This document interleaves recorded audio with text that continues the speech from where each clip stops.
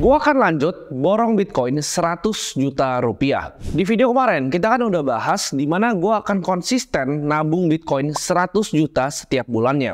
Jadi kemarin udah 100 juta pertama, sekarang akunnya gua udah top up lagi 100 juta dan kita akan borong lagi Bitcoin 100 juta. Kenapa sebenarnya gue bikin video seperti ini? Gue cuma pengen tunjukin ke kalian kalau tumbuhin aset, ya bikin aset kalian dari kecil sampai besar, itu nggak perlu strategi yang ribet. Di sini kita nggak ngomong masalah nominalnya. Oh, nggak bisa ngikutin 100 juta. Nggak masalah, nggak apa-apa. Kalian bisa mulai bahkan dengan 100.000 rupiah, tapi konsepnya sama. Gue cuma pengen demonstrasiin aja. Kira-kira kalau kita lakukan ini nih secara konsisten dalam setahun, 2 tahun, bahkan 3 tahun ke depan, hasilnya itu jadi sebesar apa? Karena investasi itu sebenarnya nggak perlu ribet ya. Jadi kita cari hal yang simple, hal yang sederhana, yang bisa kita praktekkan setiap bulannya. Untuk yang nominalnya kecil, nggak masalah. Kita bangun kebiasaan investasi kita ya. Jadi berapapun uang yang kita punya, kita biasakan untuk kita sisihkan untuk berinvestasi. Mau itu 100.000, 200.000, 500.000, bahkan 1 juta rupiah, kita biasain dulu ya. Jadi di saat nanti income kita udah meningkat besar ya, kita udah punya kebiasaan untuk berinvestasi. Kenapa kita belinya di area yang sekarang? Nanti gue akan jelaskan lebih detail di belakang. Tapi di sini gue mau kasih tahu ke kalian, dari datanya, ini kita lihat ya, data di sini, 50% Bitcoin yang ada di dunia ini itu udah nggak pernah gerak. Artinya para paus-paus besar nih yang beli Bitcoin itu banyak. Contohnya seperti foundernya Twitter Jack Dorsey atau Michael Saylor. Mereka tuh udah ngumpulin Bitcoin dan nggak pernah jualan lagi. Kita juga bisa lihat ya di berita belakangan bahwa Vanguard itu salah satu yang paling besar juga aset management. Kalau di video kemarin kita bahas BlackRock, video baru ini udah Vanguard udah masuk ya. Vanguard masuk kedua saham tambang Bitcoin terbesar di Amerika. Kalau misalnya kita lihat dari sejarah nih, tahun 1975, di mana Amerika dan Uni Soviet itu saling lomba-lomba ke luar angkasa. Ada disebut namanya Space Race atau lomba ke luar angkasa. Gua rasa di tahun 2023 ini, perusahaan besar seperti BlackRock, ya, bahkan negara seperti El Salvador, dan perusahaan seperti Vanguard, ya, itu adalah perusahaan aset manajer raksasa. Mereka ini gue bilang di 2023 ini kita ada yang namanya Bitcoin Race, yaitu lomba untuk ngumpulin Bitcoin.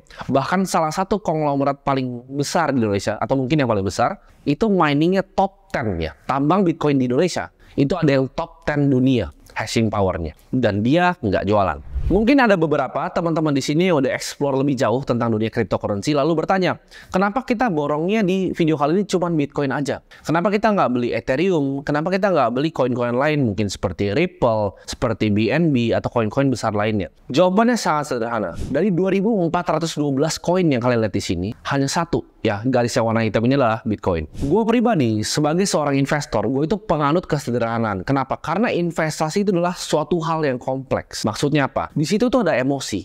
Mungkin kalian bisa strateginya panjang dari A sampai Z. Tapi emosi ini kadang-kadang bikin kita nggak bisa stick sama target kita. Nggak bisa stick sama plan kita. Baru turun kita udah jualan. Tapi kalau kita udah di layout nih, strategi yang simple. Setiap bulan sisihin uang untuk beli suatu aset. Itu gampang untuk kita ikutin dan emosi bisa kita kesampingkan. Mau nanti Bitcoin turun pun kita bisa kesampingkan emosi itu. Dan kita akan lanjut untuk investasi sampai akhirnya naik lagi. Jadi kalau bisa suatu hal tuh dibikin simple, dibuat sesimpel mungkin supaya kita bisa rutin untuk melakukannya. Dan balik lagi jawaban gue kenapa gue nggak beli koin lain, simple ya. Bitcoin itu nggak pernah ada software update. Gue tahu ya, di saat Satoshi publish white papernya itu, setiap 10 menit akan ada blok baru. Setiap 10 menit akan ada blok baru. Seperti matahari terbit dari timur. Setiap hari terbitnya dari timur. Setiap 10 menit Bitcoin ada blok baru.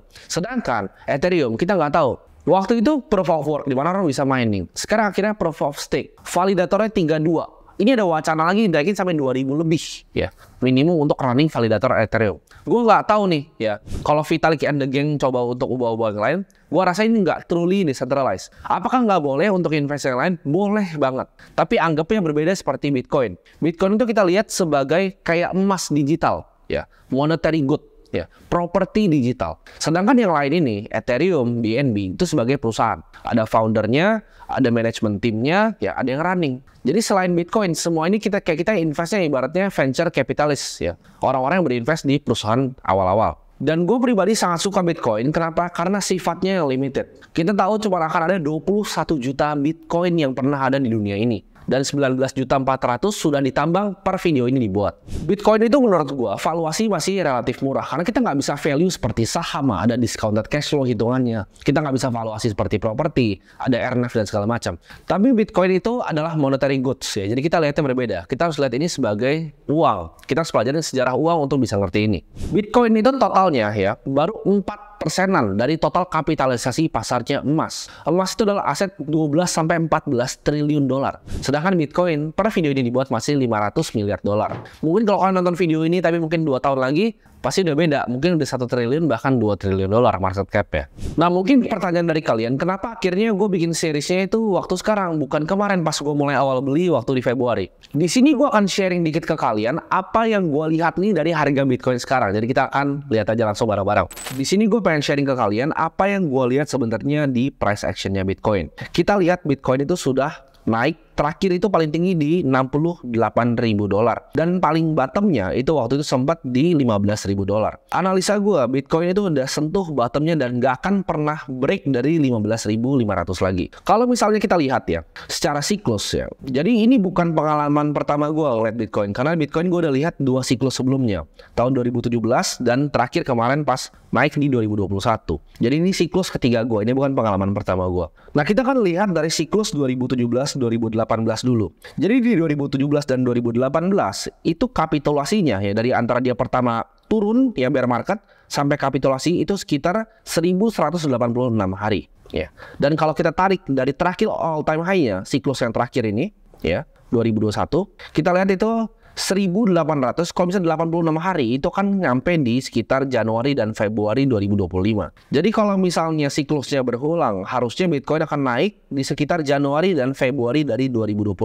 Banyak orang salah kaprah, mereka pikir Bitcoin itu akan naik pas halving. Enggak. Jadi Bitcoin itu actually naik bukan pas halvingnya ya. Halvingnya kita tahu ada di April 2024. Sedangkan kenaikan Bitcoin itu akan ada di justru Januari dan Februari dari 2025. Kalau untuk kita bisa prediksi, kalian mungkin nanya, kok naiknya bisa sampai berapa Bitcoin? Jawabannya bohong kalau ada yang bisa jawab kalian bisa naik sampai berapa. Orang akan cuma bisa prediksi tapi nggak bisa kasih tahu kalian naiknya itu akan sampai berapa. Karena gini, di setiap siklus top itu nggak pernah bisa ada yang bisa prediksi. Tapi bottom selalu bisa diprediksi. Kita prediksi bottom pakai apa? Simple. Pakai all time high dari siklus sebelumnya. Jadi untuk tahunya kita tarik nih dari all time high sebelumnya. Kenapa gue pakai monthly chart? Karena gue suka lihat sebuah aset itu dalam view yang jangka panjang. Kalau kita lihat dari all time high di sini, ini areanya menurut gue, ini udah nggak akan pernah Bitcoin itu bisa turun lagi. Karena penjelasan sederhana, kalau kalian lihat di sini, Bitcoin dari all time high-nya ya, 68.000 yang tadi gue bilang, dia itu udah turun setahunan lebih. Kapitulasinya sudah setahunan lebih dan ini udah memakan banyak korban. FTX, Luna dan teman-temannya. Kalau kapitulasi ini udah terjadi, ini hitungan matematika sederhananya. Anggap kalian orang yang beli di 68.000 dan kalian percayakan Bitcoin. Kalian akan average down dong. Terus sampai kemarin misalnya, kalian average down sampai 15.000, nggak menyerah nih.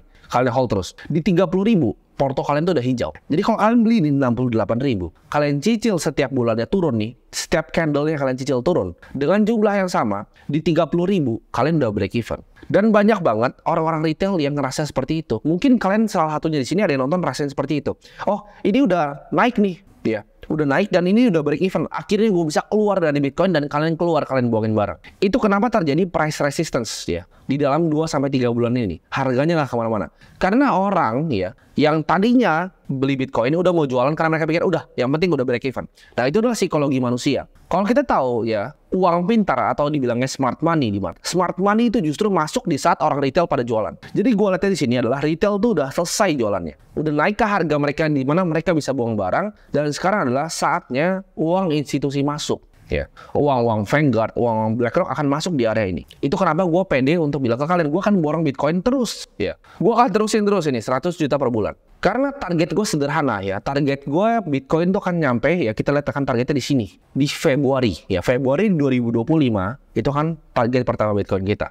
Mungkin kalau misalnya kita udah hit itu, mungkin akan ada rebalance, tapi gue rasa sih enggak, gue akan terus tumpukin terus ya. Jadi gue akan lihat secara konsisten, karena gue kurang suka misalnya orang yang kasih tunjuk kalian misalnya chart gitu kan, tapi mana uangnya? Gitu. Mana bukti aslinya bahwa orang itu lakuin apa yang dia omongin. Gue itu orangnya nggak suka cuma ngomong, cuma tunjukin chart. Tapi di sini gue akan praktekin langsung juga dan kita akan lihat secara konsistennya. Setiap bulan, kalau kalian suka ya bagian di mana gue lihat price action dari Bitcoin ini, gue akan update juga setiap bulan apa yang gue lihat dan kira-kira targetnya masih sama atau berubah. Oke, kita udah balik ke portofolio gue udah top up lagi ya 100 juta rupiah dan kita akan langsung borong Bitcoinnya. Jadi di sini simpel banget kita belinya ya. Kita akan beli, kita akan trade di sini 100% dari uang kita. Ini kenapa jawabannya nggak 100 juta? Kenapa 99 juta 99 sekian? Karena ini gue transfernya pakai BCA dan limit mobile bankingnya di 100 juta. Jadi 99,9990 ya hampir lah 100 juta. Kalian anggap aja 100 juta. Jadi gue akan langsung beli di sini. Nah kemarin gue ngelakuin kesalahan karena kemarin gue tuh udah jarang banget pakai Indodax ya. Karena ini akun kosong yang gue pakai. Kemarin itu gue pakai yang simple mode-nya dan itu langsung dia ambil yang taker di sini. Kalian bisa lihat taker di sini 0,51 ya. Kita harus ngambilnya yang maker, kita harus ngisi. Jadi kemarin tuh gue langsung HK ibaratnya gue hajar. Jadi di sini kita akan ngantri aja di sini gitu. Kita akan ngantri di harganya dan kita akan beli ya. Nah, ini ordernya. Nah, karena ini kita ngantri ya, jadi mungkin belum masuk. Oke, kita cek sini belum masuk ya. Belum masuk ya, karena ini masih ngantri. Tapi ini kan gue update ya, kalau mungkin gue tungguin kelamaan. Jadi ini gue udah antriin Bitcoinnya. Jadi ingat, buat kalian yang pakai exchange apapun ya, selalu jangan kena fee takernya ya. Kalau misalnya exchange yang nggak ada bit offernya, mending kalian cari exchange yang baru. Karena kenapa? Nanti kalian gede di fee-nya. Kayak kemarin gue beli 100 juta, ya fee-nya aja 500 ribu. Untung Bitcoinnya naik, jadi udah balik modal ya. Sekarang jadi asetnya di 200 juta 500 ribu. Dan kita akan update terus setiap bulannya dan kalian bisa lihat perkembangannya seperti apa. Tapi di sini gue pengen ingetin sekali lagi, hanya investasikan apa yang kalian siap hilang ya. Jadi jangan ini uang buat kalian belanja ke pasar ya, uang untuk bayarin anak kalian masukin di Bitcoin, jangan sama sekali. Ini uang dingin yang kalian siap untuk hilang. Kalau itu 100 ribu ya 100 ribu gitu, kalau 200 ribu ya 200 ribu. Jangan uang yang kalian pakai untuk anak sekolah kalian taruh di sini ya. Terus ntar kalian ngomel-ngomel di saat asetnya turun. Pas turun kalian perlu kebutuhan, kalian jual ya, terus dia terbang, terus kalian nangis nanti. Jadi gue harap videonya bermanfaat ya untuk teman-teman semua.